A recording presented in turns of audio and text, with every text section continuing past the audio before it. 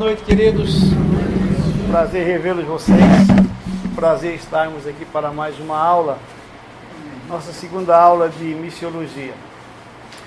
Pai, eu sou grato a Ti pelo dia que o Senhor deu a todos nós, pelo sol que nos aqueceu, pelo ar que estamos respirando, pela noite que chegou. Graças pelo livramento que o Senhor deu a cada um de nós, por livrar também a família de males, perigos e acidentes. Graças por ter nos dado forças físicas e disposição para estarmos em mais uma sala de aula, onde queremos aprender contigo como se tornar um verdadeiro missionário e o porquê da obra missionária de missiologia. Senhor, dai-me sabedoria para que eu possa transmitir aos teus filhos em forma de ensino aquilo que eles precisam ser incentivados na área de missiologia, e dá entendimento aos teus filhos para que eles possam entender o que o Senhor quer para cada um deles. Por tudo eu te agradeço por responder às nossas orações, em nome de Jesus. Amém. Queridos, o livro, quem... Já veio o livro, Léo? Não sei se semana passada não estava aí, mas ele já trouxe. Já tem? Tem alguém que faltou antes dele? Ah, então estamos guardados. Vai trazer hoje nosso.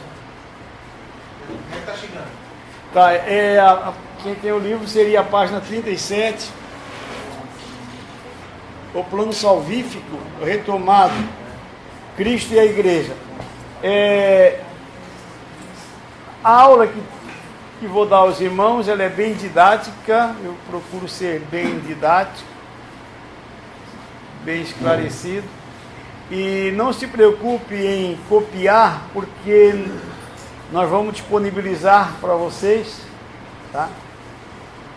As aulas, a outra aula passada eu passei por HD, que o Sidney tem, e essa não será diferente. Se alguém quiser pegar diretamente, só trazer um pendrive, tá? Que a gente já passa direto para vocês. No capítulo anterior, tratamos sobre o plano de Deus e o seu desenvolvimento na história bíblica. Observamos que Israel não cumpriu a parte que lhe cabia nas dispensações e aliança da história salvífica do Antigo Testamento. Entretanto, o projeto redentivo de Deus não seria frustrado pelo fracasso humano, com o descaso do povo escolhido em receber e mediar as bênçãos de Deus a todo o povo da terra. Nasce Jesus para retomar esse ideal. E é justamente o projeto de abençoar todas as nações que fez com que os judeus rejeitassem Jesus. Ele, porém, age cumprindo toda a aliança para que as outras nações sejam abençoadas e semelhantemente chamadas a serem uma bênção para todas as famílias da terra. A base da salvação e missão de propagação do nome de Jeová não está fundamentada em pilares humanos, mas divino. Portanto, Deus cumpriria sua promessa aos fiéis da antiga aliança através dos méritos de seu Filho, Jesus Cristo, na dispensação que seria inaugurada em sua morte e ressurreição. A graça. No entanto, os discípulos de Cristo deverão continuar com a obra evangelística iniciada por Jesus. Não devemos nos esquecer de que fomos habilitados pelo Espírito Santo para cumprir o mandato missionário de Cristo e que o não cumprimento da missão redundará em perdição eterna para milhares de indivíduos. Então, queridos, o resumo é este. O Senhor Deus escolheu a nação de Israel para que eles propagassem o nome de Jeová, para que toda a terra conhecesse Deus através do povo de Israel.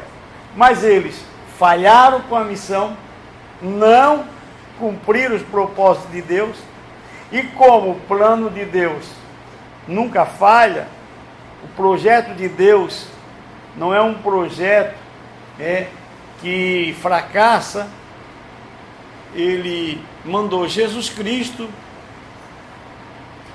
veio a este mundo, se entregou na cruz, para levantar um outro povo.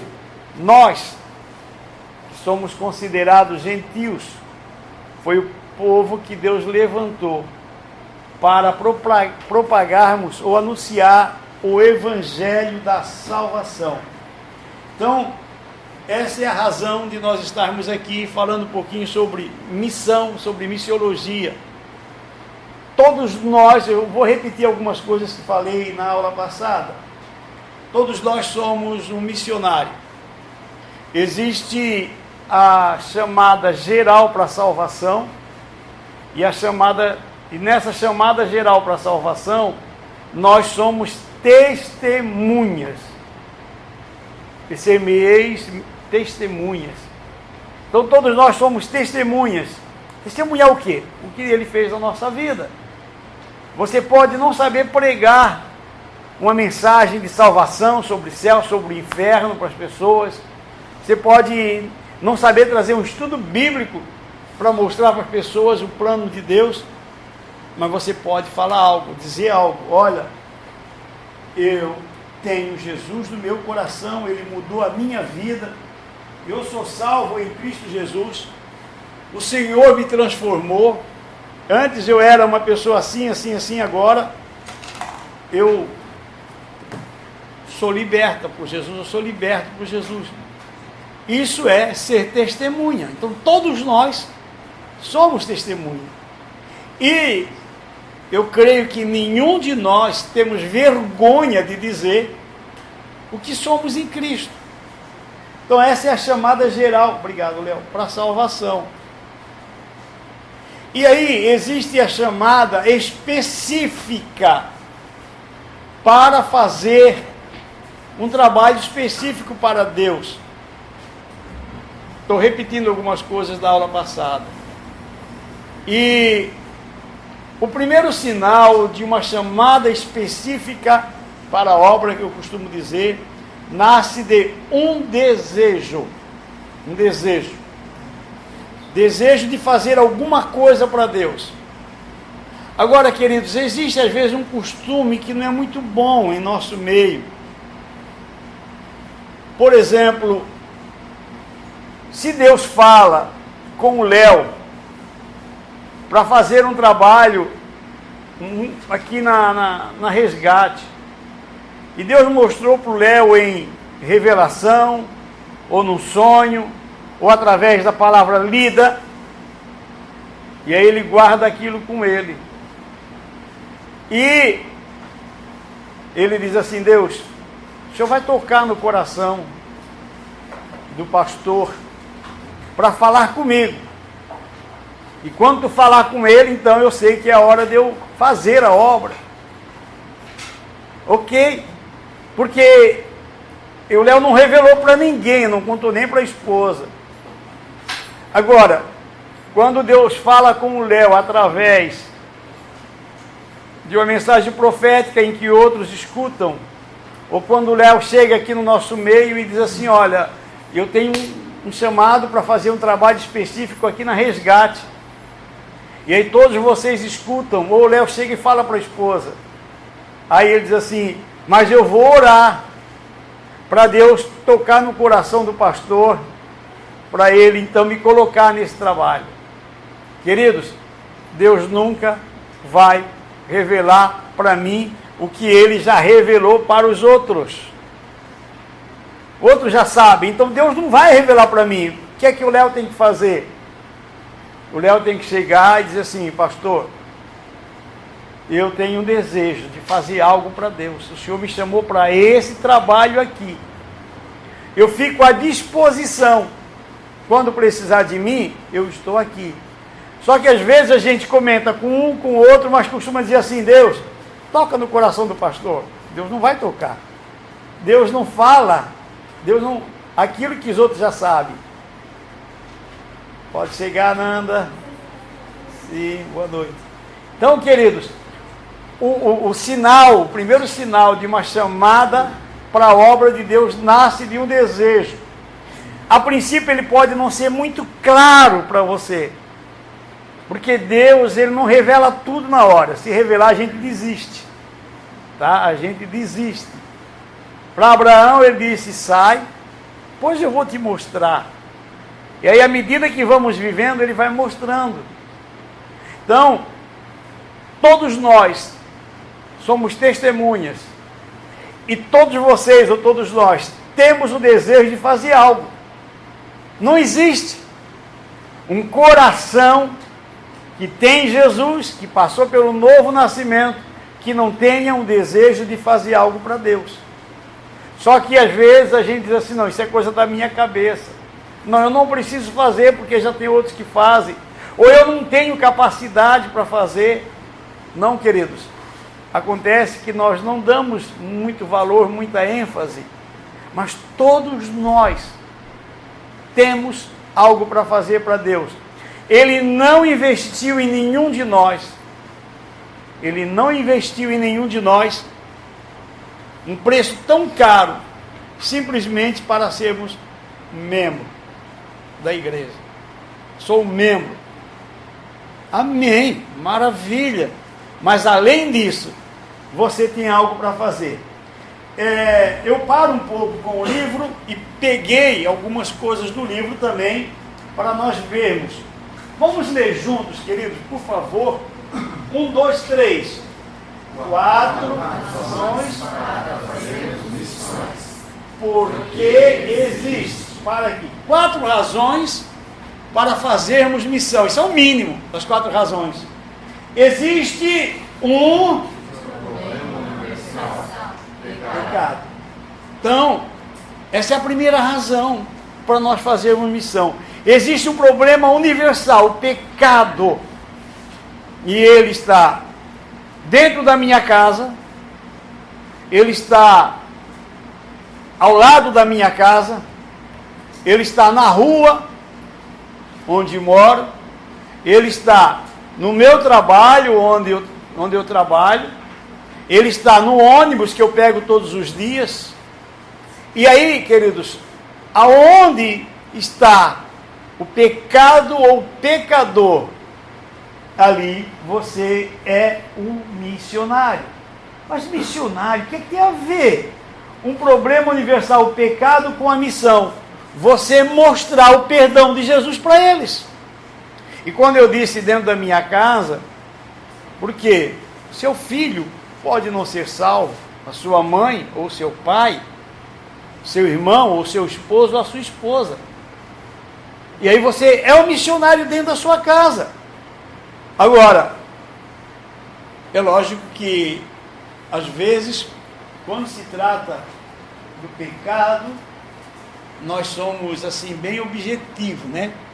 Olha, se tu não largar a mão disso aí, tu já está no inferno. Não é assim que se ganha. Não se ganha condenando. Se ganha a pessoa mostrando para ele o plano de Deus, o objetivo de Deus. Então, queridos, uma das razões, esse problema ele é universal, o pecado. E não precisa nenhuma revelação para vocês perceber que a cada dia o pecado se agrava mais. Eu que estou um pouco na frente de vocês, com exceção do irmão Agenor e da irmã Angelita, né? São os dois que estão um pouquinho mais na minha frente, e os demais eu estou na frente de vocês. Irmã Angelita, a senhora serve a Jesus há quantos anos? Há 60 anos. Já está se aposentando, então? Desde criancinha?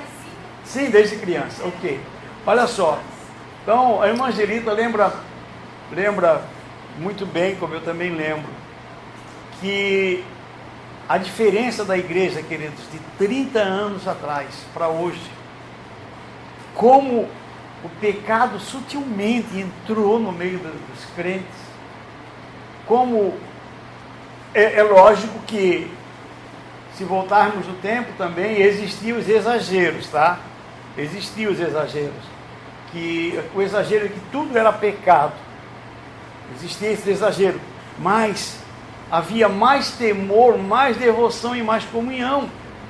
Hoje vocês sabem, na sociedade, o quanto está se alastrando a delinquência, né? As tragédias, a sociedade apodrecida como está. Então é algo assustador o pecado. E aí, nós vamos, parece que se acostumando com o pecado. A gente vai se acostumando. E não nos acordamos que eu sou responsável por fazer missão. Segunda razão, existe uma fome universal de Deus. Uma fome universal de Deus. Queridos, todas as pessoas, ou quase todas, vamos dizer que 95% das pessoas com quem você fala, se relaciona, se você falar de Deus, eles aceitam, eles respeitam. Um ou outro que não. Às vezes tem um à toa lá, para não dizer um ateu, né? Porque é à toa, tá? Não é ateu, tá? Então tem um outro à toa que não acredita, que não quer, mas isso é raro. Isso é raro você encontrar. Quando se fala de Deus, de Jesus, eles aceitam.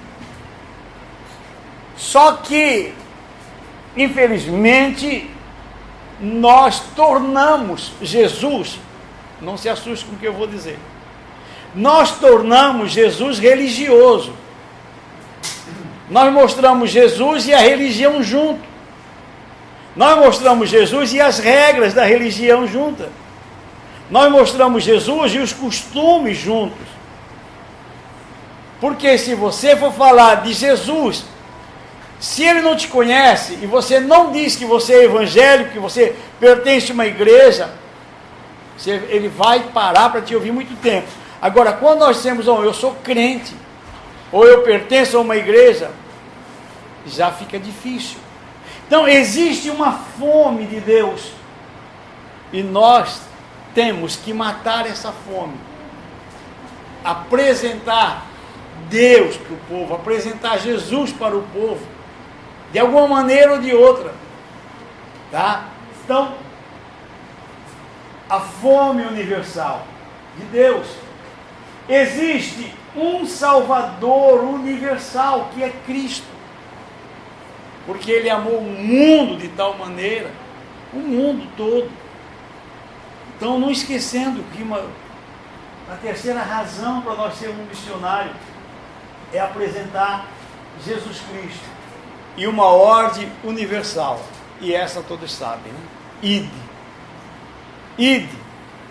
Esse ide, queridos, não é somente sair para uma outra cidade, para outro estado, para outro país, não é somente isso. Vou repetir, existe a chamada específica. Deus pode muito bem chamar vocês para um outro país. Pode. E não precisam ter medo, porque Ele vai colocar o desejo de vocês irem. Dá licença, deixa eu contar alguma coisa da minha experiência do ID. Quando eu me decidi sair para a obra, abandonar meu trabalho e ir para a obra missionária, me lembro que uma tarde Deus falou comigo assim, lá no barco: eu vou te colocar na igreja onde tu nasceu para tu pastorear, e depois eu vou te mostrar um país onde por um tempo tu vai fazer a minha obra. Eu disse: amém, Senhor. Então, quando nós saímos para a obra, pelo Ministério da Assembleia, nós fomos trabalhar no município de Lontras, aqui próximo de Rio do Sul, e foi até engraçado. Nós morávamos numa casa muito boa, tínhamos ar-condicionado, E quando fomos para lá, fomos para uma casa de madeira, cheia de greta, não precisou de ar-condicionado e não tinha como botar. E foi um choque muito forte, porque as crianças não estavam acostumadas. Um dia eu bati, tinha um barulho no forro, bati no forro, caiu um gambá quase em cima de nós. Judite quase que se apavorou. Então, nós estávamos lá. Daí, eu fui mudado pelo Ministério da Assembleia, depois para o município de Penha. Na verdade, eu pedi a mudança, porque minha mãe teve que amputar uma perna. Minha mãe era viúva, teve que amputar uma perna e tinha que ajudar a cuidar da minha mãe. Então eu pedi uma mudança mais para próximo. Ela morava ali na Penha, em Itajaí, às vezes com a minha irmã. Então eu vim para o município de Penha, mais especificamente para a armação do Itapucorói, ali próximo do Beto Carreiro. Então estávamos pastoreando ali e ficamos ali um tempo. Depois o pastor nos mudou, aí eu não pedi nada, para o Gravatá, que foi a igreja onde eu fui apresentado, onde eu me casei, onde eu me criei. E aí eu tive a experiência de pastorear aquela igreja por 1 ano e 8 meses. Foi a primeira e a última vez, porque 40% dos membros eram meus parentes. E aí é difícil. É difícil. E aí uma vez, a minha avó, uma irmã ficou aborrecida com ela, porque essa irmã soube que vovó tinha falado mal dela. E aí veio para mim, eu disse: vó, vamos conversar com essa irmã, porque ela está triste com a senhora. Eu não falei dela. Eu disse: vó, tá bem, ok. Aí, mas ela quer falar com a senhora. Aí chamei as duas para conversar. Daí ela assim, a irmã: eu quero pedir perdão para a senhora, irmã Maria, porque eu fiquei triste que a senhora falou de mim e tal. Aí a senhora me perdoa. Ela assim: eu não falei, mas eu vou perdoar. Aí eu orei por elas, eu disse: vó, a senhora perdoou? Ó, eu perdoei, mas que eu não falei, eu não falei. Então, e aí tinha que agir com ela. E os tios, os parentes, olha, é uma coisa difícil trabalhar no meio de parentes. Ok, mas eu estou ali pastoreando, tudo bem, graças a Deus. Nós tínhamos uma oração na igreja, das 11 da noite a 1 da manhã. E depois, das 6 às 8. Então eu orava até a 1 da manhã e depois, 6 horas, eu estava de novo abrindo a igreja para os irmãos orarem. E aí eu me lembro que eu fui dormir, já era de madrugada, e eu me acordei com alguém me chamando. Alguém me chamando. Abri a janela, não tinha ninguém. Abri a porta que dava para o pátio, não tinha ninguém. E aí eu fui orar. Eu disse: Senhor, o Senhor me chamou. Entendo que o Senhor me chamou. O Senhor quer falar comigo? Existe alguma coisa que o Senhor precisa me dizer, que o Senhor quer me revelar? E eu tinha orado uma meia hora e eu comecei a sentir sono. Eu disse: Jesus, eu quero dormir, eu preciso dormir, porque às 6 horas eu vou estar de pé. E o que é que o Senhor quer comigo? Queridos, eu ouvi tão claro. O Senhor falou assim: lembra que eu disse para ti que eu ia te colocar na igreja onde tu nasceu, onde tu fosse apresentado por um tempo, e depois eu ia mostrar um outro local para ti, um país? O Senhor disse, eu disse: sim, Senhor. Ele disse: então vá na tua estante, pega o teu atlas geográfico e eu vou mostrar para ti o país onde tu vai por um tempo pregar a minha palavra. Fui lá na estante, peguei o atlas, coloquei em cima da mesa e abri o Atlas. Confesso para vocês que quando eu abri na África, eu me arrepiei todo, eu não queria ir para a África. Quando chegou nos Estados Unidos, meu coração bateu forte, mas o Senhor não disse nada. E quando eu abri a página na América Central, pode chegar, irmão Miguel, irmãos, na América Central, o Senhor falou assim, bem claro, eu estou sentado conversando com ele.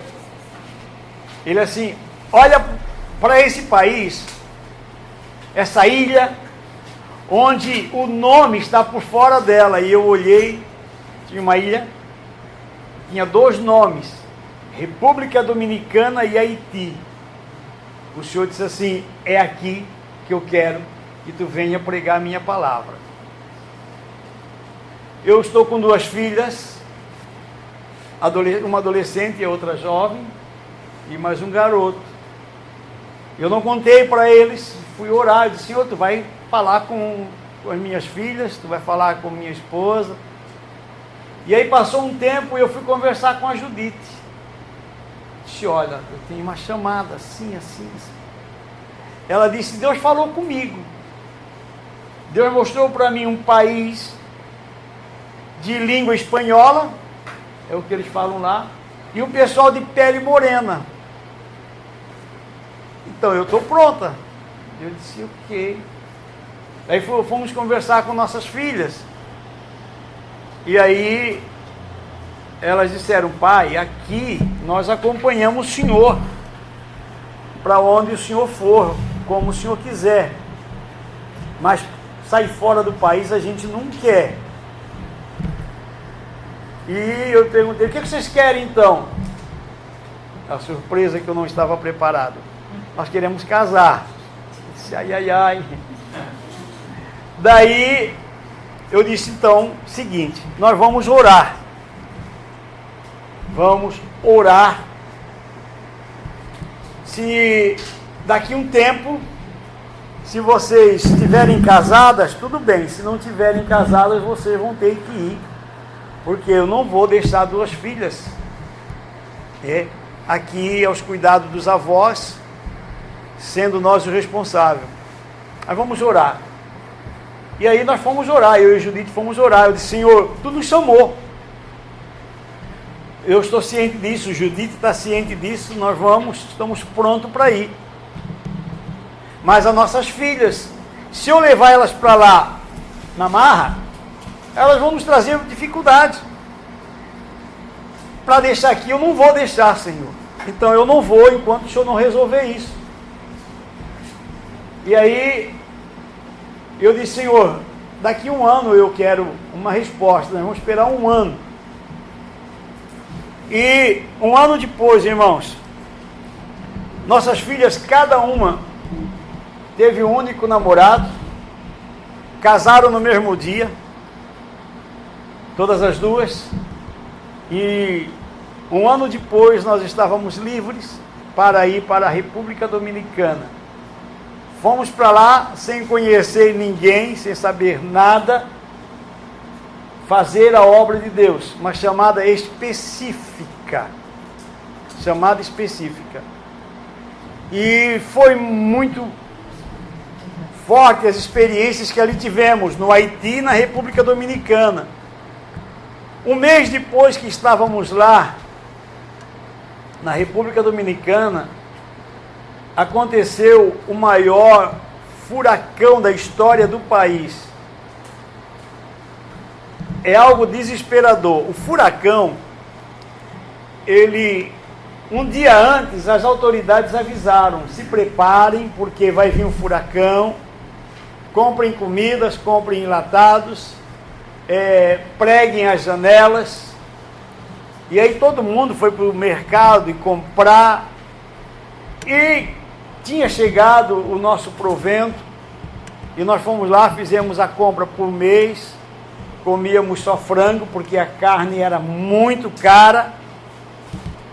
Apesar de ser uma ilha, quase não tem pescaria é ruim para peixe, o peixe também é caro. Então, compramos o frango por um mês todo e compramos a comida. O vento chegou 11 horas da manhã, ele já chegou a 80 km por hora. As escolas fecharam, o governo decretou toque de recolher. Às 2 horas da tarde, o vento já estava a 120 km por hora, escureceu tudo como se fosse a noite, faltou luz. Amados, o vento chegou a 220 km por hora, a tarde toda, a noite toda. A gente olhava pela janela, pela greta da janela, você via caixas d'água voando, telhas. O ronco do vento é igual o ronco de um avião quando você está no aeroporto, assim, mas era terrível. A Judite e o Douglas entraram em pânico. Nossa casa entrou muita água dentro, não perdemos nada, graças a Deus. Mas a devastação foi total. No outro dia, às 7 horas da manhã, o vento ainda estava a 120 km por hora. E a Judite e o Douglas não dormiram. Eu não sabia se atendia eles, ou se orava, ou se pedia socorro. Tá? Eu disse, Jesus, não nos deixe morrer. A gente via a casa balançar. Conclusão, queridos, a experiência que tivemos. Devastou o país. Tá? Para vocês terem uma ideia, 6.000 postes foram derrubados. 100 pontes foram destruídas.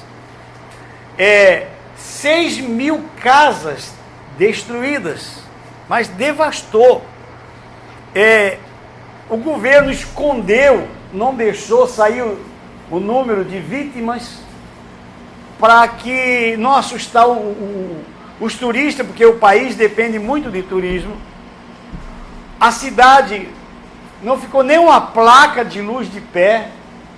As cidades muito arborizada. Ficaram uma semana intransitável porque as árvores caíram todas. O país todinho ficou uma semana sem luz, sem comunicação nenhuma, sem TV, sem água.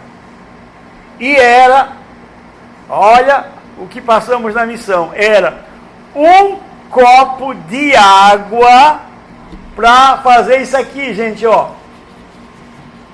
Literalmente, não tinha água, tinha que economizar água, não tinha água. Foi uma semana sem tomar banho. Verão, tá? Lá não tem inverno, verão. Eu soube que uma fábrica de gelo estava vendendo gelo. Aí eu andei 20 quilômetros para chegar nessa fábrica. Quando cheguei lá, tinha uma multidão. Não sei calcular, sou ruim de número, mas tinha mais de 1.000 pessoas, e se empurravam.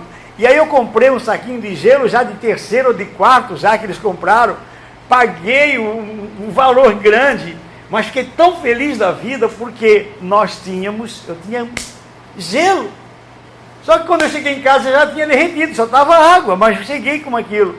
Aí, conclusão, uma semana sem luz, nós tivemos que pegar o frango e salgar o frango, gente, comer frango o mês todo, frango seco. Alguém já comeu charque de frango?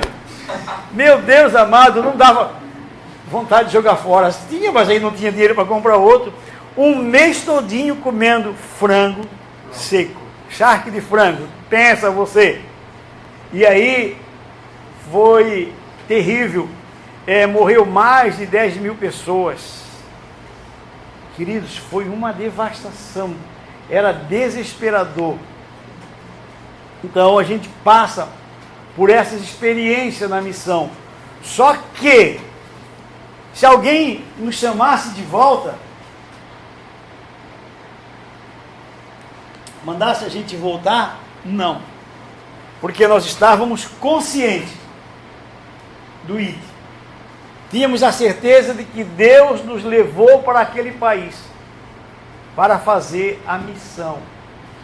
E dali a gente ia para o Haiti. Haiti também foi uma experiência muito forte que tive. Tá? tive o prazer e o privilégio de, por algumas vezes, ir para o interior do Haiti. Abrimos um trabalho na República Dominicana, que está lá até hoje. Está lá até hoje. A Judite ficava cuidando e eu ia ajudar os irmãos do interior do Haiti. E aí eu tive a oportunidade de dormir com os irmãos haitianos, tá?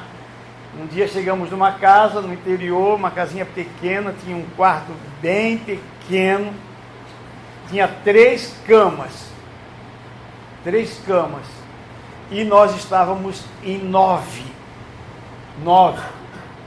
e dormimos. A cama era no lado que não dava para passar assim, tinha que passar assim, bem apertadinho, e eu dormi no meio de 2 haitianos, dormia um com a cabeça para lá, outro com a cabeça para cá, tá? Não tinha luz, calor terrível.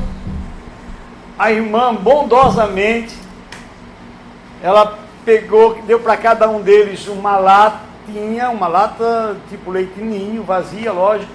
Aquilo ali era o nosso banheiro, aí de noite só escutava. Daí de manhã, eu esperei cada um fazer a sua parte, para depois eu fazer a minha, né? Eles foram lá, jogaram, né? O que fizeram durante a noite. Aí tinha uma lagoazinha assim perto, e eles foram lá, lavaram a lata naquela lagoa, tomaram o banho, e eu imitei também. Depois o irmão pegando aquela água e levando para fazer comida para nós. Isso é missão no Haiti, queridos. Então, tive essa oportunidade de experimentar uma ordem universal. ID. Então, todos nós temos um ID na nossa vida. Todos nós temos, cada um tem de uma maneira.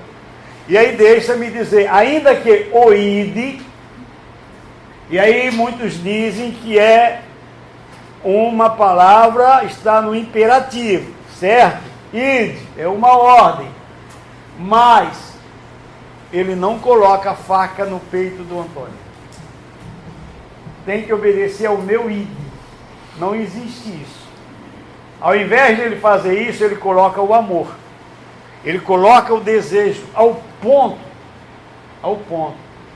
que aquele desejo é tão grande, que as outras coisas que você faz não tem mais valor. Não tem mais valor. A pessoa, quando recebe um chamado de Deus, tá? Aquilo ali vai aflorando dentro dele, que ele não fica sossegado enquanto ele não fazer. Seja lá o que for, distribuir folheto, visitar o hospital. Quando Deus me chamou, eu estava no meu trabalho, e eu gostava do meu trabalho, apesar que vivia muito tempo fora. Eu gostava do meu trabalho, porque eu ganhei muito dinheiro na pesca, e eu sabia pescar. Então isso, eu até hoje digo que eu não sei pregar, né? Prego, mas não tem assim uma mensagem linda. Agora, pescar, eu digo com orgulho que eu sabia pescar. Vocês já ouviram as minhas histórias, né? Mas da redada de tirar 120 toneladas de peixe numa redada, eu já tive esse privilégio, de tirar 80 toneladas numa viagem, já tive o privilégio de, no mês, matar 373 toneladas de sardinha, e o meu salário aquele mês foi 200 salário mínimo. Eu já ganhei dinheiro, gente. Só que Deus colocou um desejo tão grande de fazer a obra, que aquilo ali para mim não tinha mais valor nenhum.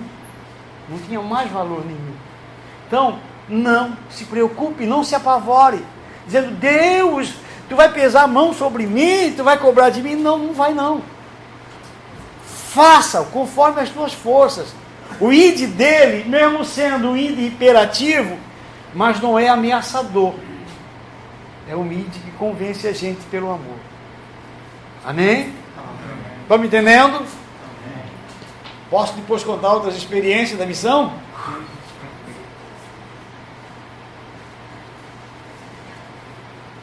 Pastor, deixa eu só fazer uma perguntinha rápida. Faça.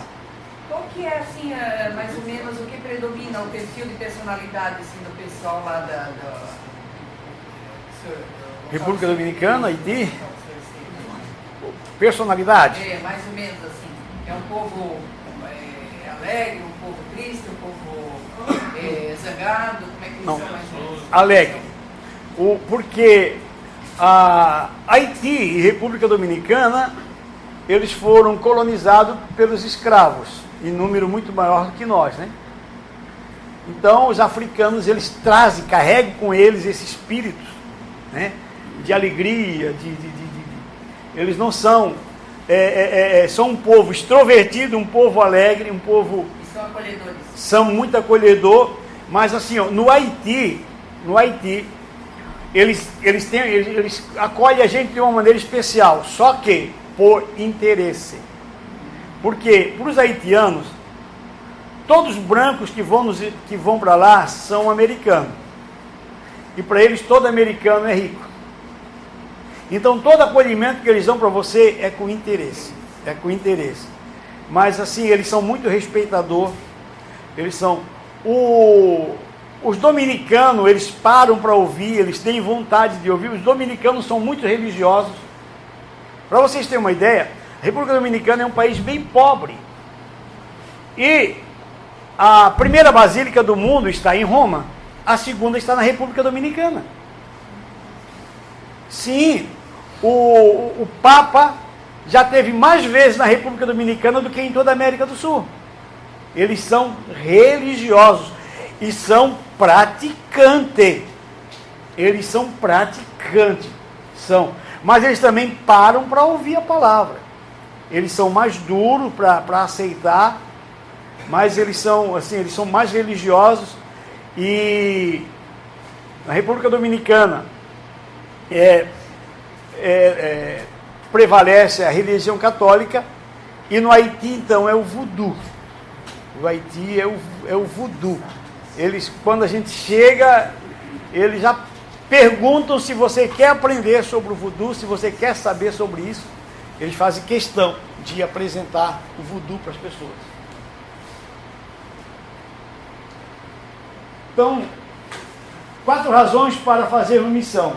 Porque existe um problema universal, o pecado, uma fome universal de Deus, um Salvador universal, que é Cristo, e uma ordem universal, o ID.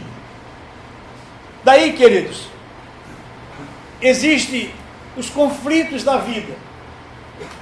Existem 1000 perguntas que fizemos, né?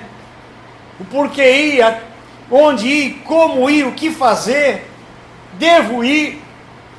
São perguntas que vêm na nossa mente.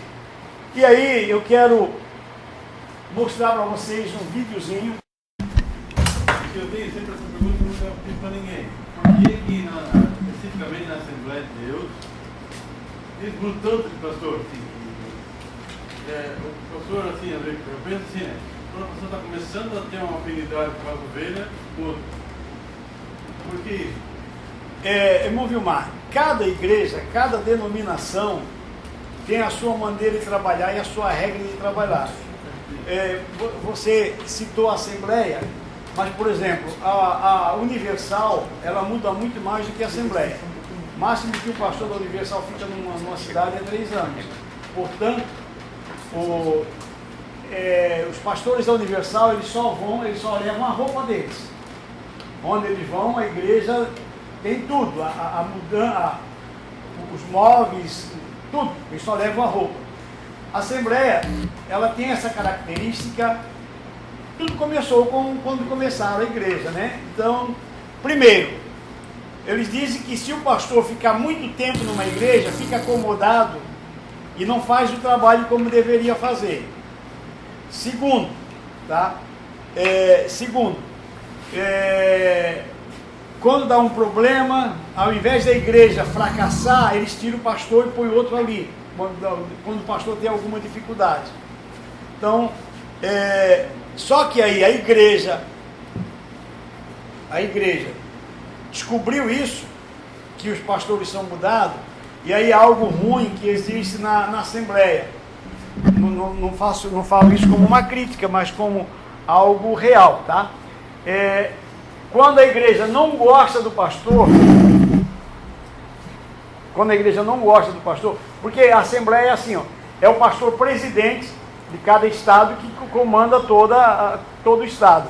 Aí quando a igreja não gosta do pastor, quando não vai com a cara do pastor, eles pegam e não contribuem com o dízimo, segura o dízimo, isso é fato. Eles seguram o dízimo, aí o pastor presidente viu que caiu as finanças, aí pega e muda aquele pastor, depois a ovelha volta a contribuir. É algo errado, lógico, não deveria ser assim, mas infelizmente existe isso. Obrigado. Conflitos da vida. 1000 perguntas. É legendado, tá, gente? Before creation, before the formation of all that is, there was you, God, yourself, perfect, complete, needing nothing. But did you look out at that empty sky with a lonesome ache for something more? Something yet to be born, unformed? Were you reaching for us? Were you reaching for me?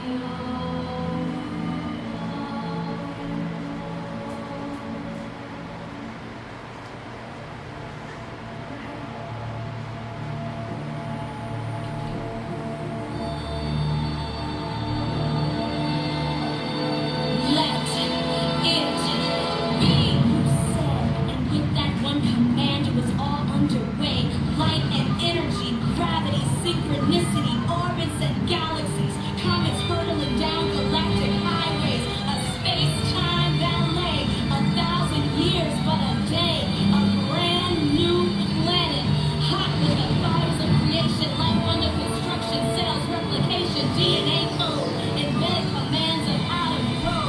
Make yourself at home, woman and man, walk the length of the land, scale the mountains, run the rivers, drink from the springs, let your free will wander down the pathways of this garden called Eden.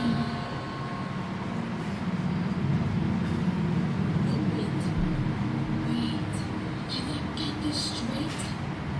We gave it all away. We traded it away in a strange transaction. The forging of the first weapons, the spilling of first blood, the trampling and trashing of paradise, blowing the gift to pieces with a bang.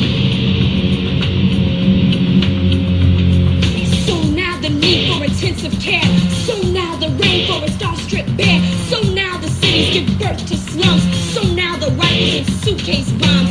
Why? Why is a promising life ripped away just when it catches stride and runs free? Tanks rattle and pound, soldiers get cut down, never getting to say goodbye.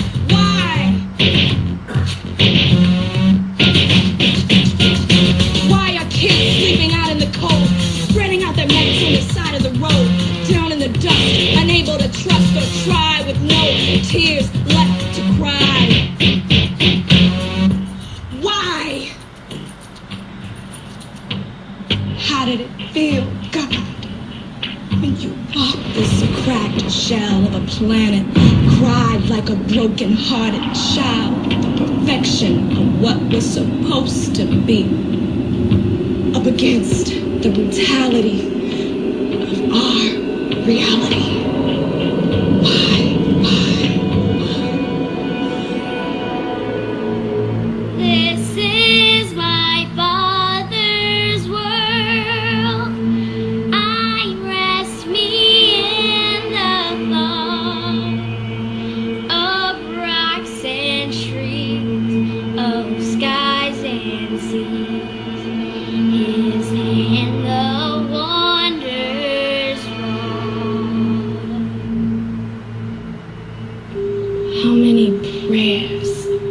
rising up right now?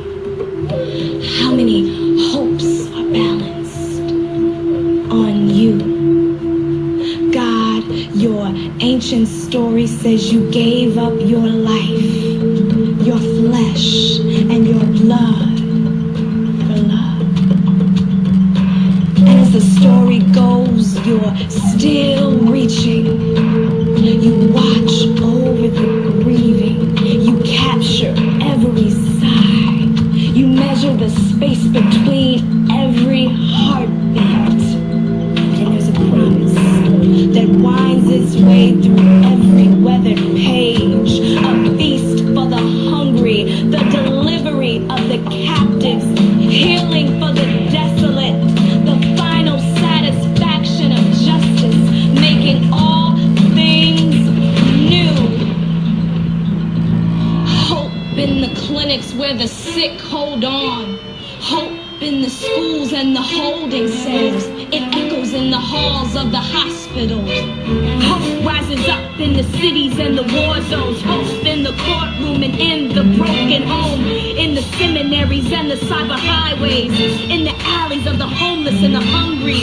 In the shack settlements and the compounds. On the farms where the soil is hard and dry. In the streets where the grieving mothers cry. Where the AIDS orphans stare up at the stars. Where the captives pound on the cell walls. Through the coal mine towns and the factories. In the ghettos and the prisons and the cemeteries. So where is it? I don't see it. I don't get it. The fulfillment of the promise. I don't see it down here in the middle of the fear. What hope can remain in the depth of this pain? I don't see it. The earth is groaning night and day. A song of human slavery, of dark disease and poverty, of children in captivity. God, that's the sound that comes to me. Are you still far away on high? Still staring out at that empty sky? Still reaching out with that longing hand? I hear no voice and I don't understand.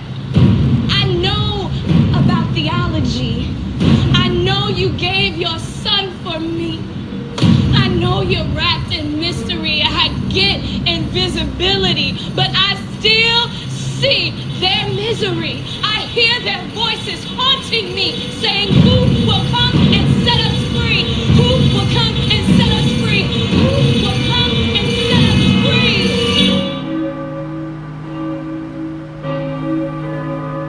Here am I, send me.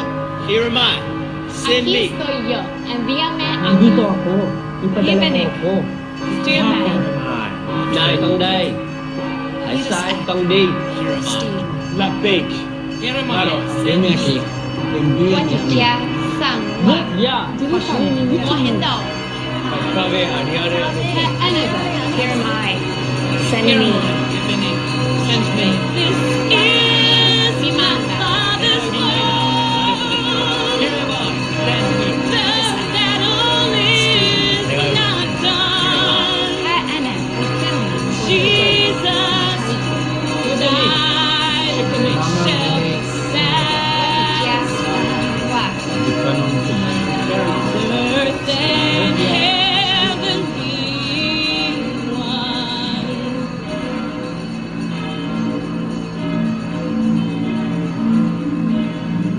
Here am I. Nandito ako. Hier is ek.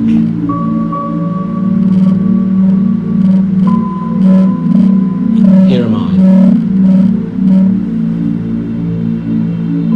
Dili Papa.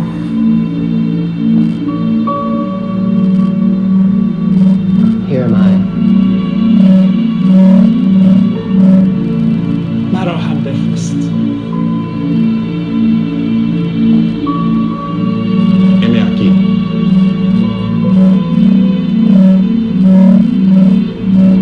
Här är ni.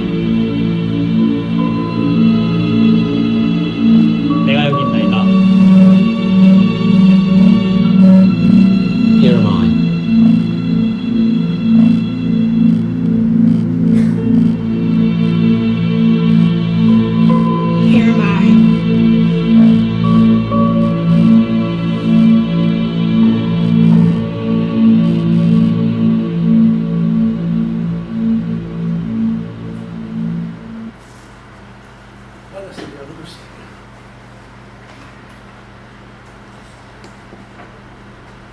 Curva a sua cabeça comigo.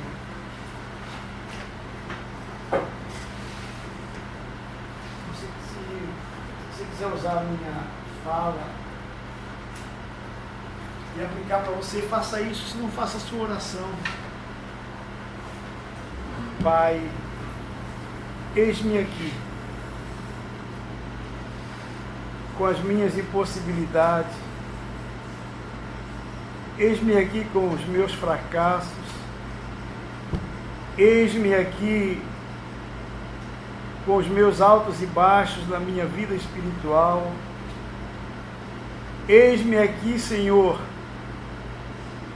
com as minhas dúvidas, eis-me aqui, Senhor, com o meu temperamento forte, eis-me aqui com as minhas decepções,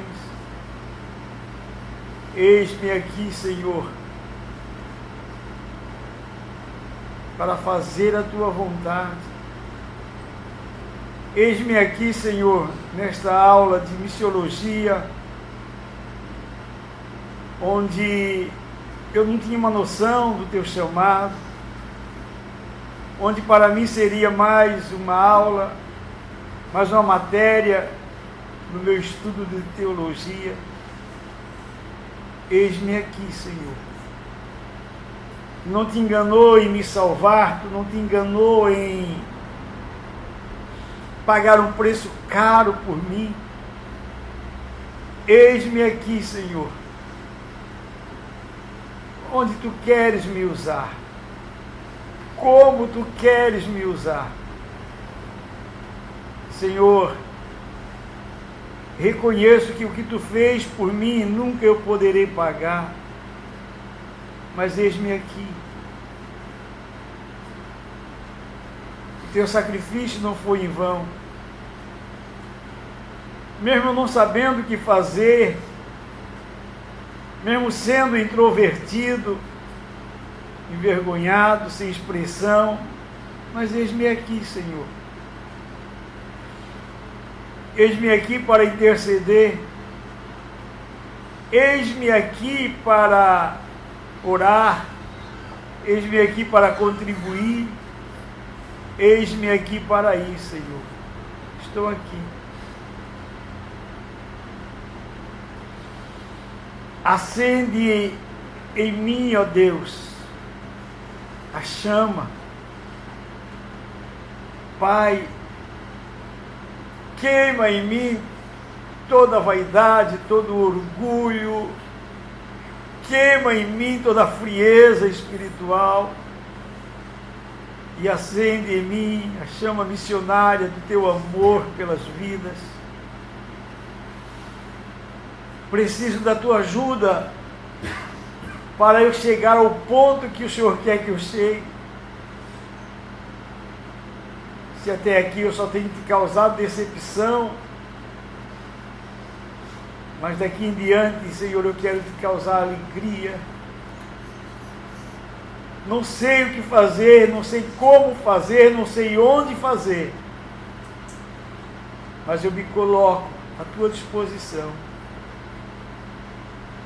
Sei que de hoje em diante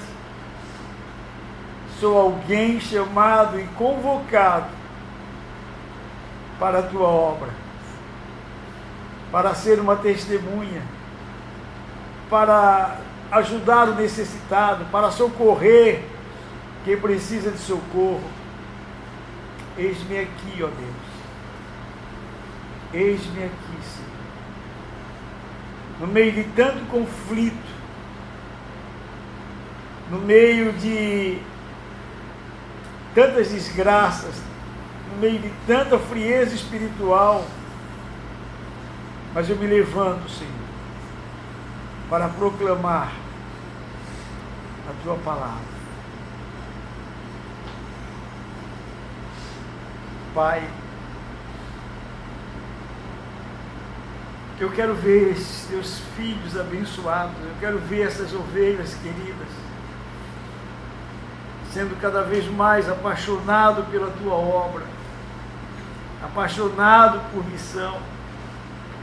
Eu quero vê-los, em nome de Jesus.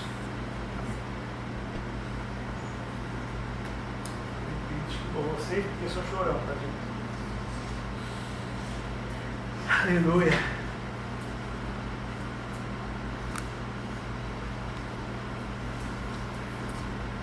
Vamos ler junto, queridos?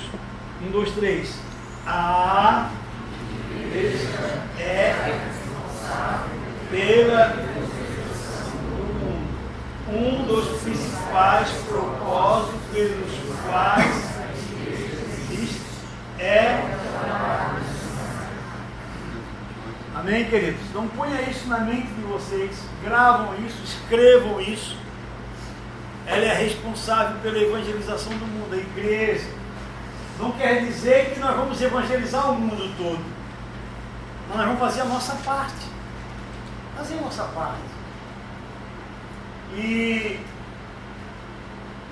existe uma história, uma fábula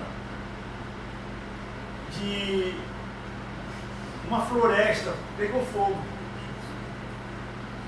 Os animais, eles foram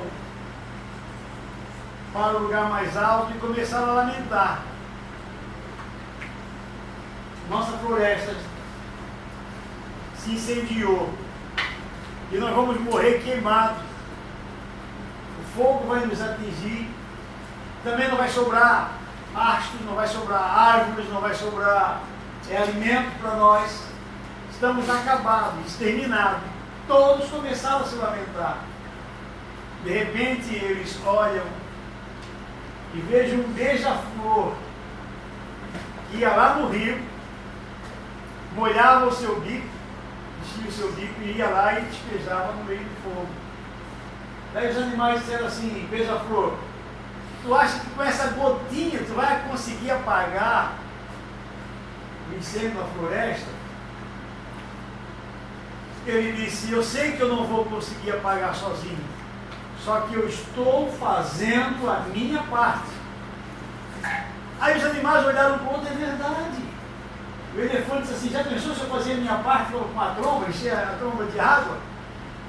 A girafa disse assim: eu vou encher esse pescocinho de água. Então, cada animal ia lá, pegavam a água e jogavam na floresta, no fogo. E todos apagaram o fogo. Por quê?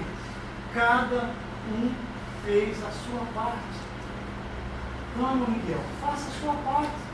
Seja lá no seu trabalho, na sua rua. Então faça a sua parte. Marcel, faça a sua parte. Se cada um de nós fazer a nossa parte, queridos, estaremos cumprindo o hino de Jesus. Para alguns de vocês, a parte pode ser orar. Orar. Jesus disse assim, grande é a seara, mas poucos são os ceifeiros. Rogai ou orai ao Senhor da seara para que envie. Então a parte da senhora pode ser orar. Outro pode ser contribuir. Ó Senhor, tu vai me dar a mais isso aqui, eu vou contribuir para a tua obra, para os missionários. Outros pode ser ir lá e fazer. Então, o Senhor vai colocar um desejo no coração de cada um de vocês. Queridos, então a igreja ela é a responsável. E um dos propósitos pelos quais a igreja existe é o trabalho missionário. Não existe outro propósito. Não existe. O propósito de Deus para a igreja não é enriquecer a igreja, como muitos querem. E quando eu digo não é enriquecer a igreja, não é que eu sou contra a riqueza, tá? Não é que eu sou contra a gente pregar sobre prosperidade. Não. Mas o propósito número 1, o objetivo é esse. Obrigado, meu filho. Essa é a sua vocação. A vocação missionária é primeiramente dos membros da igreja, como corpo de Cristo, e depois é através desse corpo do indivíduo. Então, queridos, a vocação missionária é primeiro dos membros, nós aqui, como um todo. Como é que a gente tem feito? 10% do que entra das ofertas nós destinamos para a obra missionária. Né? Ore pela Joana. A Judite recebeu a mensagem que o Pablo, o esposo da Joana, lá em Moçambique, Pablo está com malária. Agora à tarde, estava com 40 graus de febre. Então ore pela Joana, ore pelo Pablo. Você pediu a oração para a Berenice, uma amiga minha que está na UTI, uma crise do vestibular, bem jovem, 30 anos. Aqui em Joinville? Berenice, que está no lugar. Ok. Nós vamos estar orando por ela. Então, quando vocês lembrarem da obra missionária, ore pelo Pablo e pela Joana. Possivelmente eles também vão ter que mudar. Eles estavam no orfanato e vão ter que mudar para uma outra cidade. Então ore para Deus dirigir a vida do Pablo. Ore pelo Roberto e a Simone, que estão em Burkina Faso. Estão lá fazendo a obra de Deus. Quem conhece o Roberto e a Simone? Alguns de vocês. Ore pela Suzete. Alguém conhece a Suzete aqui? Não? A Suzete, missionária Suzete. Não conhece? A Suzete, eu vou agora, no público eu não falo, porque às vezes tem visitas que não servem a Deus e aí é uma ameaça. A Suzete é uma moça aqui de Joinville, daqui, nativa de Joinville, e ela está na Mauritânia. Mauritânia é um país da África onde se fala a língua francesa, e na Mauritânia eles têm a lei Sharia, isto é, são islâmicos. Não pode pregar o evangelho, é proibido. É proibido. Não existe crentes declarados na Mauritânia. Nacional, não existe, não pode. Se uma pessoa se declara cristão, ou ele é expulso do país, ou pega a prisão perpétua. O governo aceita professores de francês. O que a Suzete fez? A Suzete montou uma ONG, tá? E ela formou uma ONG para ensinar crianças, e ela é professora de 40 crianças. E aí ela fala de Jesus secretamente e ensina eles a falarem o francês, porque eles têm a língua nativa deles. Então, a Suzete, se alguém fala francês e deseja falar ou aprender o francês, é bom, porque quem quiser doar as férias, ir lá ficar um período falando, ensinando o francês para eles, eles recebem muito bem os brasileiros. Tenho desejo de visitar a Suzete. Eu preciso ir lá em Moçambique, visitar a Joana, em Burkina Faso visitar o Roberto e a Simone, e em Mauritânia visitar a Suzete. Só que é uma viagem muito dispendiosa, porque Moçambique fica aqui embaixo, Burkina Faso fica aqui, mais ou menos assim, e a Mauritânia fica aqui. Daqui dá 6.000 quilômetros.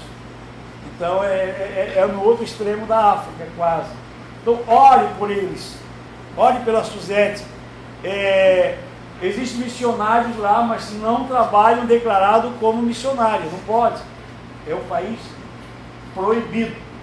Então lá está a Suzete já há 6 anos trabalhando na Mauritânia. Então ore pela Suzete, ore pelos missionários, queridos. Façam a obra missionária. Alguma pergunta?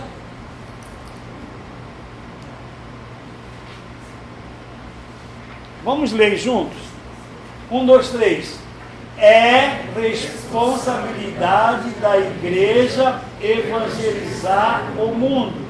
Se dela for excluída a obra missionária, ter-se-á uma igreja, um corpo,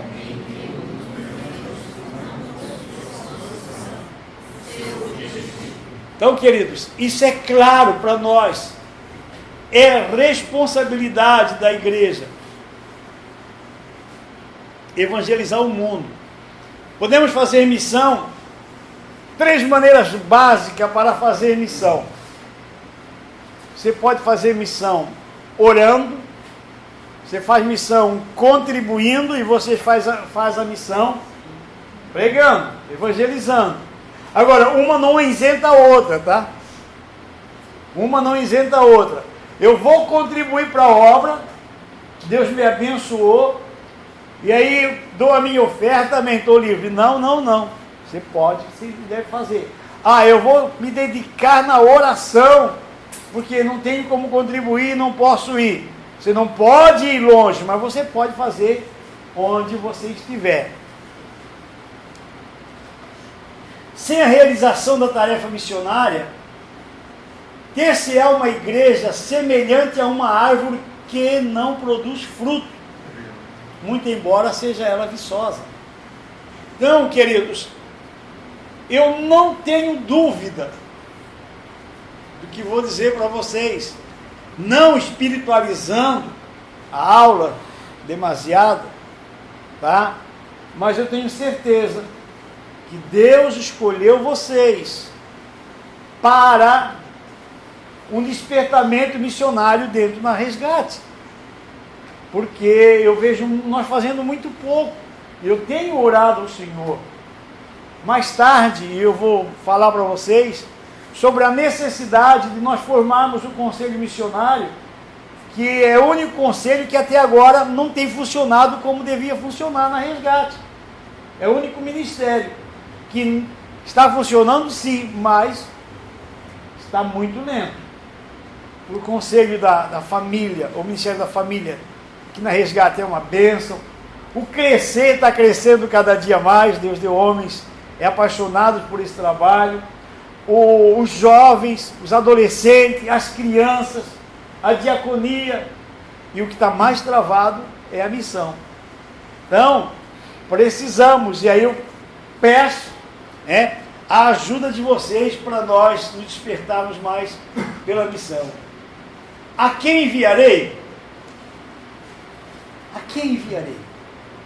Então, vamos ver mais um vídeo. Isso, Léo, apaga a luz, por favor.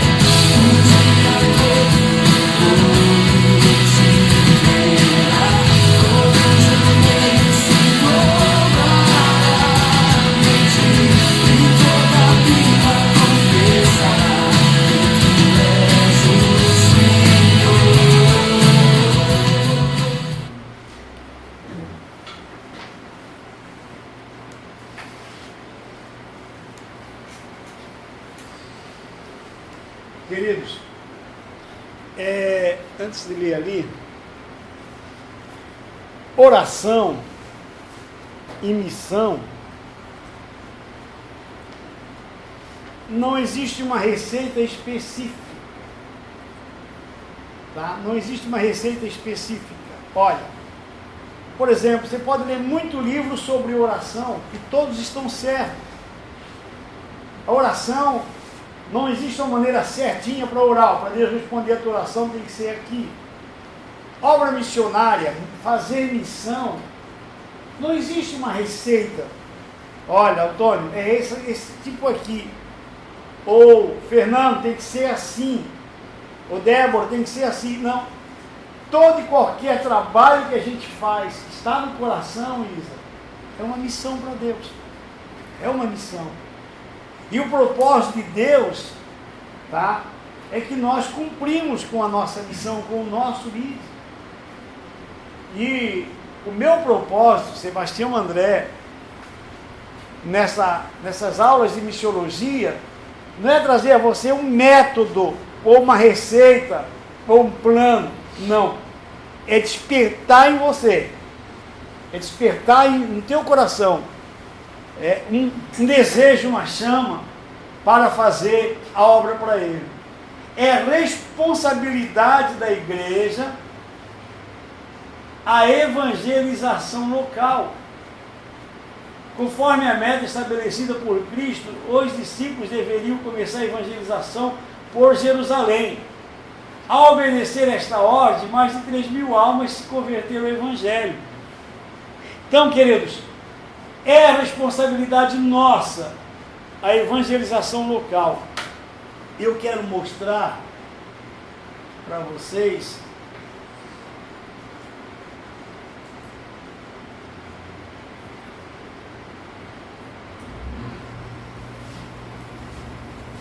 um trabalho que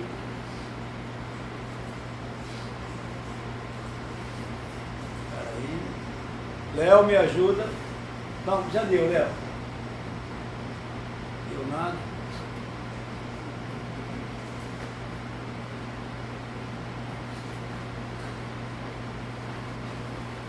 Está fechado. Não. Tem nada de trabalhar. Isso.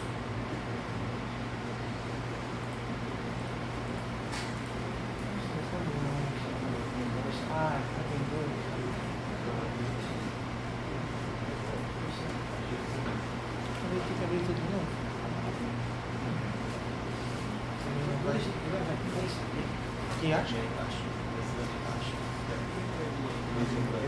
Agora vai ter que voar. Me joga o mouse pra lá. É uma média de fazer os meninos.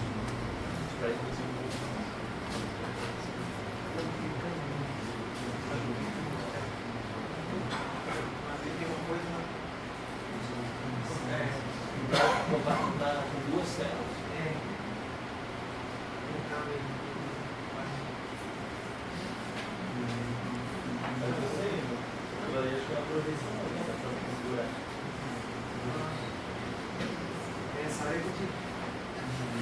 Ó, não sei se vocês estão reconhecendo. Essa aqui é a esposa do pastor Neemias. Esse aqui é o Marcão, aqui é a esposa dele. Nós um dia fizemos um trabalho de evangelismo aqui pela Resgate. E eles foram aos moradores de rua, levaram ajuda, levaram comida, levaram... E aí, aqui estão evangelizando, ó, catador de papelão, evangelizando essa turma aqui. É a responsabilidade da igreja a evangelização local. Aqui estão eles. Ó, levaram comida durante a noite. São moradores de rua. Pastor Elias.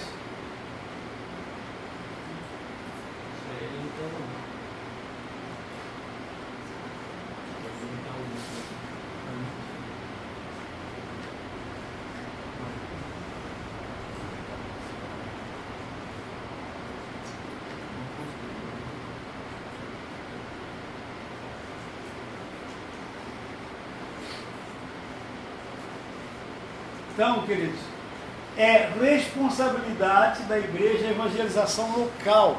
Nós fazer alguma coisa, sair das quatro paredes. Penso, aí teria alguém para organizar, quem sabe o Léo ou o Antônio, e uma quarta-feira, ao invés de a gente estar aqui, nós sair. Levar um folheto, combinar, entende? E a gente fazer um trabalho, que seja de 1 hora, meia hora, uma quarta-feira à noite, uma aula prática nossa. Tem as ruas ali onde, acho que é a Rua Itajaí, né, onde tem prostituta, homossexual, entende? Nós vamos ouvir o não deles, sim, vamos ser rejeitados, sim, ou em um dia, quem sabe uma tarde, e lá nos catadores de papelão, lá no Rio do Ferro, onde a maioria dos catadores moram lá, onde eu estou lá quase, agora eu vou uma vez por mês, o Júlio está mais que eu lá. Nós temos o galpão de reciclagem, onde estamos ajudando os recicladores, mas ali na redondeza é cheio de pessoas catadores de papelão. Nós fazer alguma coisa, nem que seja levar um lanche, dizer assim, ó, Jesus te ama, não precisa falar nada de igreja, nem convite para vir, porque quando a gente faz o convite, sabe que eles rejeitam, primeiro a gente tem que conquistar o coração deles e depois convidar. Porque se a gente for e convidar, muitos deles têm trauma de igreja, muitos deles já sofreram alguma rejeição dentro da igreja. E se você for lá e convidar, Antônio, para vir num culto, não precisa nem dizer qual é a igreja. Não, já apanhei lá uma vez, já fui rejeitado. Então, convide depois de você conquistar o coração deles. Mas fazer alguma coisa é responsabilidade, queridos, da igreja local, tá? A evangelização, conforme a meta de Jesus, tá? A meta que ele estabeleceu.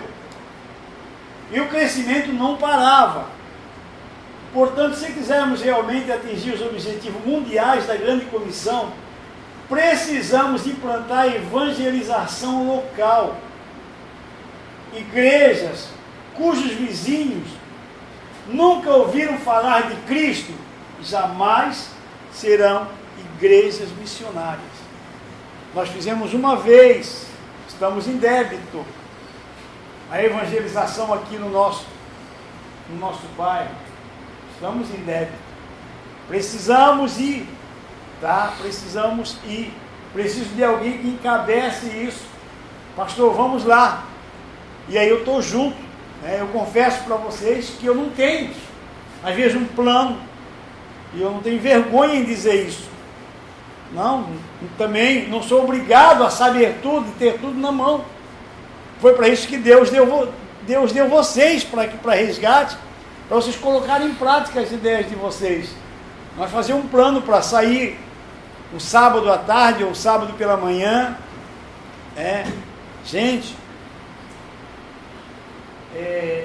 os testemunhos de Jeová, eles são obrigados a fazer isso, né? Não sei se vocês sabem. Eles são obrigados a fazer isso. A gente não obriga. Mas aqui para nós estamos perdendo para eles, nós vamos empatar com quem, gente? Estamos perdendo para eles, nós vamos empatar com quem? Fala, minha querida. Feio ainda. A gente tem o nosso grupo de mulheres aqui na quinta-feira à tarde, né? E a gente, Deus colocou no coração da Lígia, da nossa líder, que esse ano a gente ia sair para demonstrar o amor, né? E a gente conseguiu escolher um local assim que veio um ar de gozo, né? Certo. Para ir lá, passar uma tarde assim, com elas. E Deus colocou um lar tão pertinho aqui, ó, aconchego, 3 casas após a cidade. A gente foi no mês passado, elas levamos um café, cantamos com elas, assim, e vamos amanhã novamente. Trazer uma palavra, elas são idosas, tem muitas com Alzheimer, mas só aquele momento assim, que a gente passa com elas é especial. Sem dúvida. Interessante, né, pastor, que quando a gente pensa em missão de evangelismo, a gente pensa que a gente tem um hoje. Por exemplo, que ela deu agora, que a gente não consegue. Fica pensando na África, como a Joana foi, né, com o outro irmão, mas a nossa comunidade está aqui, né? inserido dentro de um bairro e Sim. começar por aqui tá mais fácil, né? Sim. E a gente fica pensando, não, mas eu tinha que ir lá longe. Mas na verdade não, é um exemplo que ela falou ali. A 3 casas daqui tem quem precisava. Exatamente. Lembra a história? Não lembra o versículo que Jesus disse? Semeis testemunha tanto em Jerusalém como em Samaria, Judéia, tanto em como. Você entende isso? Tanto aqui como lá, ao mesmo tempo. Não precisa a gente ir só para lá e deixar aqui, também não só fazer aqui e deixar lá. É simultâneo. Então, essa casa de idosos faz pouco tempo que abriram, hein? Pelo menos. Inclusive a dona, ela é espírita. E abriu a gente ir lá, ela não estava no dia, né? Claro. Certo. Mas a gente conseguiu, pelo menos a parte das meninas que trabalham, as enfermeiras. Tinha até uma senhora que estava visitando a mãe dela, que estava acamada. A gente levou uma palavra também. Tomamos um café, uma tarde de louvor, né? Ali é o lugar, você acha que a dona que ela falou é a dona só é que gerencia lá, porque é da irmã Sul que trabalha lá em casa com minha mãe, Sim. a irmãzinha, ela que é dona ali do terreno da casa que aluga para esse orfanato. Então é quem dirige que é a dona do imóvel é a irmã Sul, que é aqui da nossa igreja. Sabe? Mas é a irmã que dirige que é isso. Ok. É responsabilidade da igreja evangelizar nacionalmente. As igrejas na Judéia, Galiléia e Samaria foram fundadas e edificadas pelos cristãos da igreja local em Jerusalém. Os discípulos não ficaram restritos ao centro religioso e social, isto é, Jerusalém. Tampouco se limitaram à adoração no templo, eles saíram. Tá? Tudo que eu estou mostrando para vocês aqui, eu peguei do livro, tá, queridos? Então, por isso eu digo que não precisa vocês copiarem. Então, queridos, é a responsabilidade da igreja evangelizar nacionalmente. Os discípulos, eles saíram, tá? Eles não ficaram somente no templo. Não podemos, portanto, nos conformar apenas com o crescimento da igreja local. Precisamos nos esforçar muito para alcançar plenamente as metas da grande comissão em nosso próprio país. E aí eu quero mostrar para vocês o desafio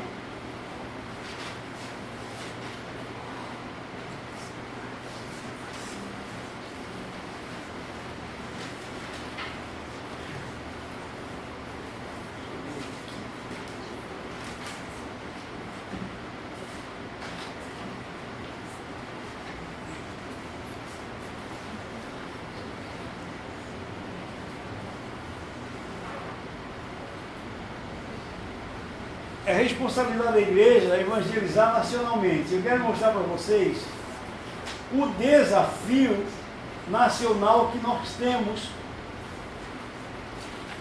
É grande, mas eu quero, não vai dar para comentar, só para nós ter uma ideia. Missão entre os índios. Olha o desafio.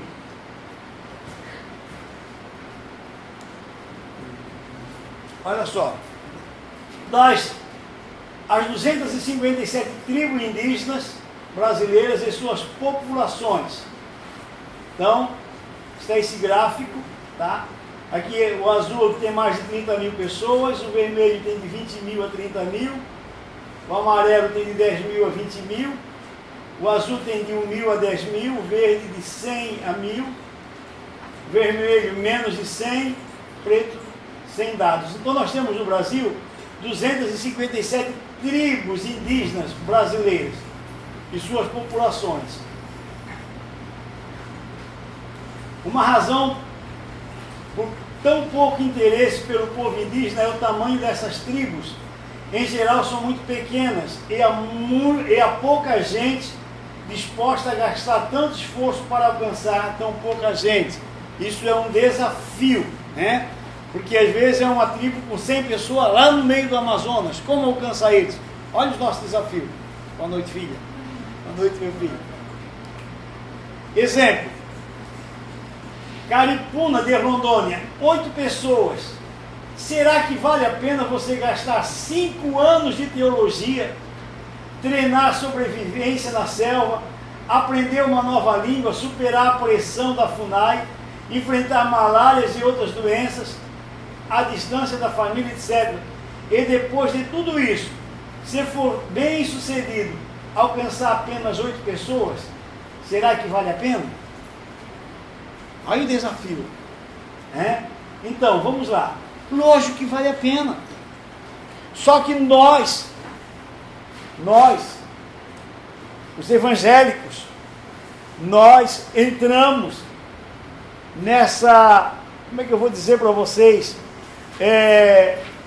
não vou dizer uma teologia, mas nesse negócio de número. O que vale para a gente é número.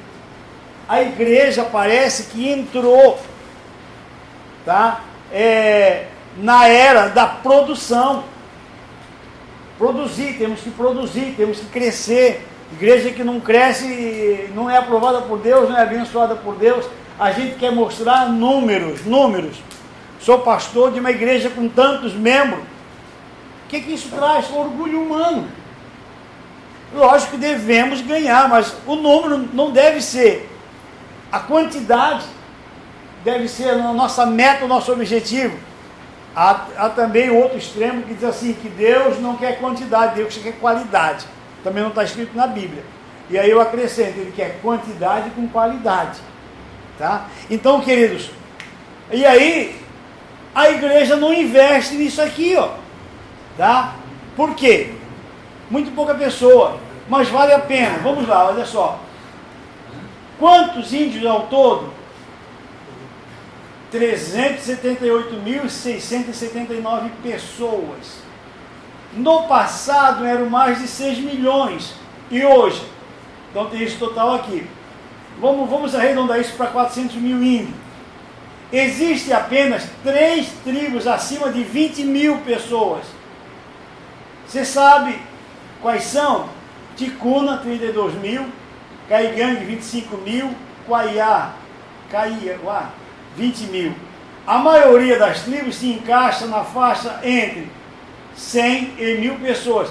Mas deixa eu também dizer a você que, por exemplo, o Caigangue, eles têm diversos estados do nosso Brasil, tá? Aqui no oeste de Santa Catarina nós temos tribos Caigangue. 25 mil índios não é só no local. Se fosse, seria bom, mas é espalhado. E mais? Olha só, queridos. Das 257 tribos indígenas brasileiras, é a tradução da Bíblia. Olha aqui. 30 possuem o Novo Testamento. 4 tribos somente possuem a Bíblia completa. 23 tribos, reconhecimentos carentes de tradução, só foi reconhecida. 105 tribos, possivelmente carente de tradução. 39, possivelmente carente de nova versão em português. Tradução em andamento, 56 tribos. Olha os desafios, queridos. Somente 4 tribos das 257 tribos, só 4 que tem a Bíblia completa e 30 tem o Novo Testamento. Olha o desafio. E aí, você pode dizer assim, pastor, não sei traduzir a Bíblia. Não sei. Mas eu também não sei. Então esse negócio não é para mim, esse desafio não é para mim, é para nós. Primeiro, orar. Coloque na sua lista de oração. Tá? Contribuir de alguma maneira, a Sociedade Bíblica do Brasil, né, que trabalha muito com isso. Se vier no teu coração o desejo de você contribuir, contribua. Você tem a liberdade. Eu conheci um pastor que, para o membro dar uma oferta missionária, teria que perguntar primeiro para ele se ele aceitava ou não, se ele aprovava ou não. Queridos, quando vocês sentirem no coração de ajudar um missionário, seja lá quem for e onde for, que ele é um missionário, dê. Não mude o seu sentimento. E aí eu tenho por regra respeitar o sentimento dos irmãos. Quando alguém diz assim, pastor, que tem uma oferta para isso aqui, nós destinamos para aquilo. Porque, um exemplo, Deus toca no coração da Patrícia, ela dá uma oferta para o Ministério Infantil. Pastor, eu tenho essa oferta aqui para eu dar para o Ministério Infantil. Daí eu digo, Patrícia, o Ministério Infantil não está precisando. Nós vamos investir no Ministério dos Adolescentes ou na obra missionária, porque a obra missionária está precisando. O que eu fiz? Eu não respeitei o sentimento dela. A próxima vez que ela sentir no coração de dar uma oferta, ela vai dizer assim, não é de Deus. Porque outra vez eu senti de dar uma oferta para o infantil, e o pastor disse que não precisava, então eu estou matando o sentimento dela. Então quando uma pessoa diz assim, pastor, essa oferta é para tal pessoa, e a gente destina para aquilo. Às vezes eu vejo que na hora não está precisando. Outro dia, nos deram uma oferta para uma missionária que ela já tinha sido abençoada. E aí tinha outro que estava precisando. Eu disse, não, mas é para ela. É para essa missionária. Então, queridos, desafio. As tribos e a tradução. Perguntas para despertar o interesse.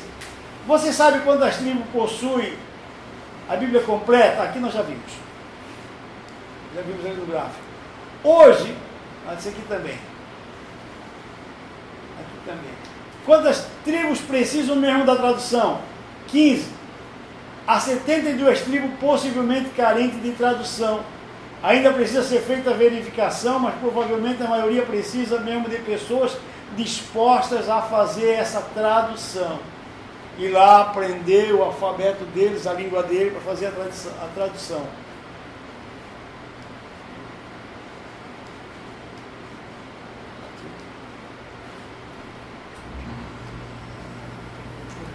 Das 257 tribos indígenas brasileiras, o avanço do Evangelho.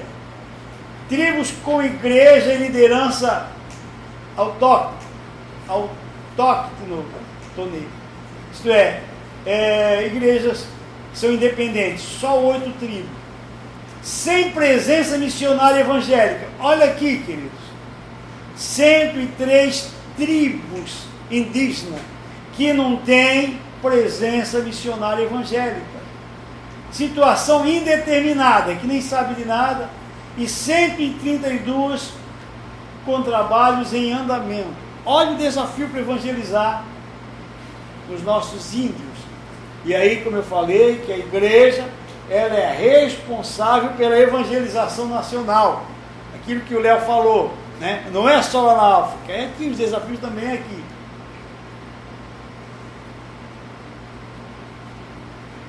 Você sabe quantas tribos ao todo existem no Brasil? 258.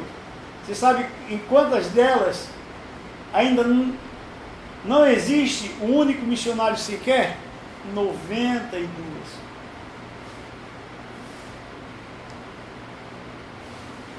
O que significa alcançado? As nossas tribos alcançadas nesse sentido são somente essas aqui.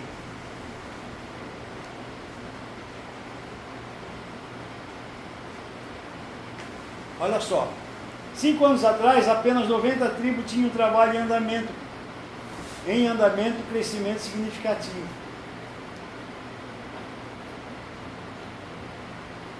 Vão lendo aí.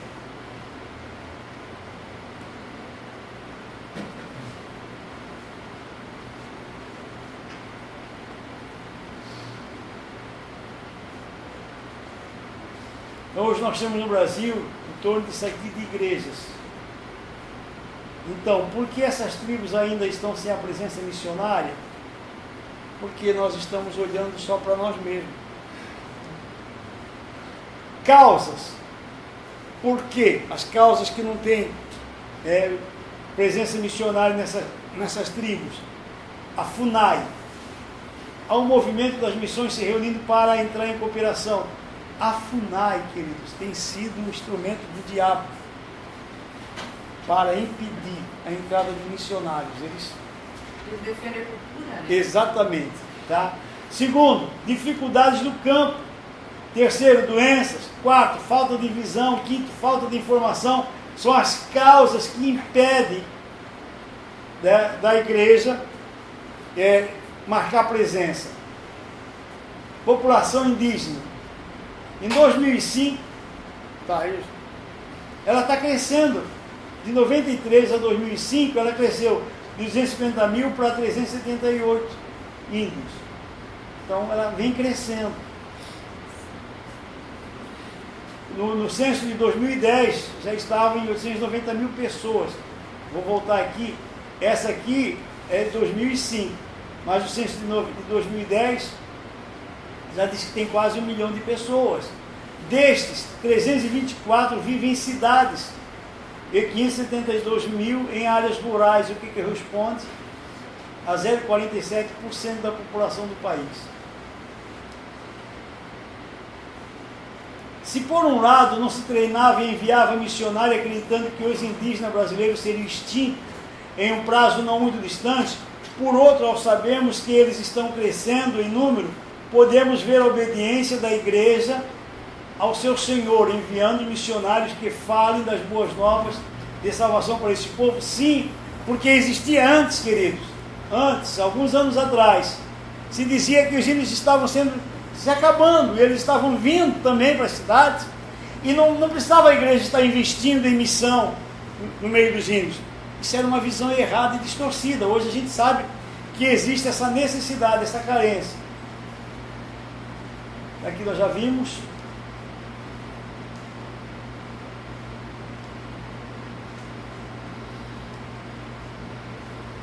São eles.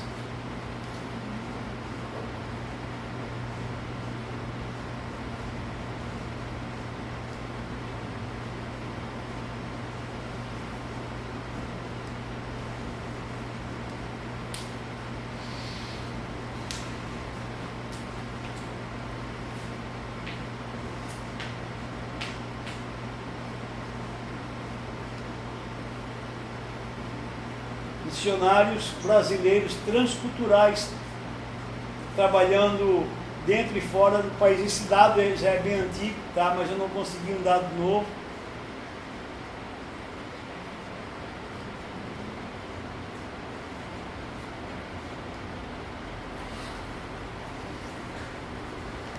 Por favor.